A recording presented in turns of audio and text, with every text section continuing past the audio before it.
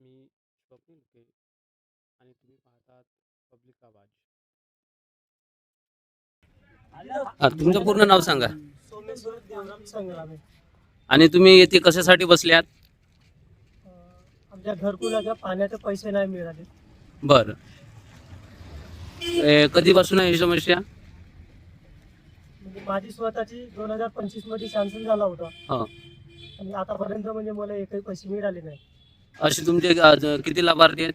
आता अंदाजे 32 आहेत. अच्छा. तुमचं गाव? मोरगाव.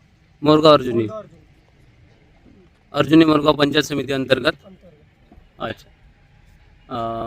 आणखी काही त्याच्याबद्दल आणखी काही सांगू शकता तुम्ही?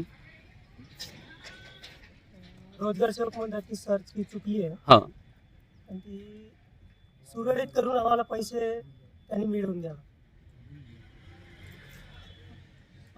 पंचायत समितीमध्ये तुम्ही अधिकाऱ्यांना भेटले? हो, माझे संगतीदार मिळाले आहेत. हो. त्यांनी काय सांगितलं? त्यांनी पण तसंच मला की सर्च की चुकली आहे, हा. मी आमचं निवारण करू काहीतरी. म्हणजे हे 2 वर्षापासून निवारण करू असे म्हणतायत. त्याच्यावर समाधानकारक उत्तर नाही भेटलं तुम्हाला हो. आणि त्यामुळे तुम्ही आता इथे उपोषणाला बसले आहेत. आमरण उपोषणाला बसले की साखळी उपोषणाला बसले आहेत? आमर. अच्छा.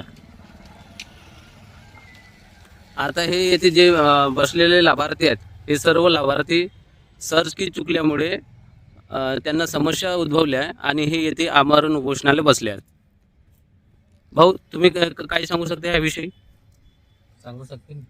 हो, सांगा ना. काय म्हणजे काय नेमका तुमचं सांगा मनोभाव. आम्ही रोजगार सेवकाला विचारल्या हो. का पाण्याचे पैसे आमचे का म्हणून नाही मिळत. हो. आम्हाला रोजगार सेवक म्हणते का तुमचे पैसे भूल घ्या. हम्म. तर आम्ही का करावा. आम्ही वारंवार पंचायत समितीमध्ये एक वर्षाला जास्त झालं. हम्म.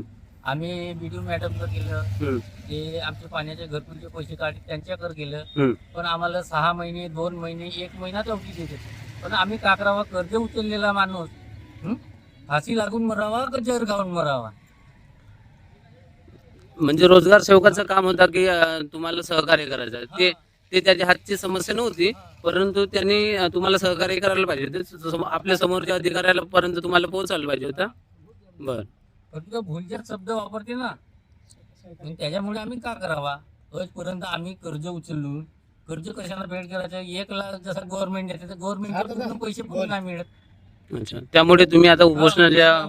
साखळी उपोषण. बरं. तुमचं नाव? आमरण उपोषण. राजेश निलकंठ राऊत.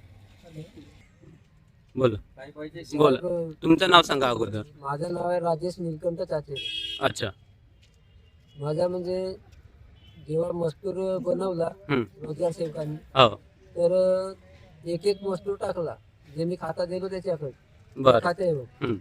ना दुसऱ्याहून सर ती चुकली आहे म्हणून सांगितलं. बाकीचे पैसे पूर्ण म्हणजे एकही मिळाले नाही. बाकी तसे ते 7,000 रुपये मिळाले. 26,730 मध्ये. बाकीचे एकही नाही मिळाले. अच्छा. मग त्यावर तुम्हाला काय करायला सांगितलं? सर की चुकल्या तर मग? सर ती चुकली आहे म्हणून सांगितलं. हा. मग त्यावर तुम्ही उपाय नाही विचारले? म्हणजे आता कसं करायचं बा? त्याच्याकडे गेला, हा. याचा उपाय काय आहे का बोलू जाऊ म्हणते. बर.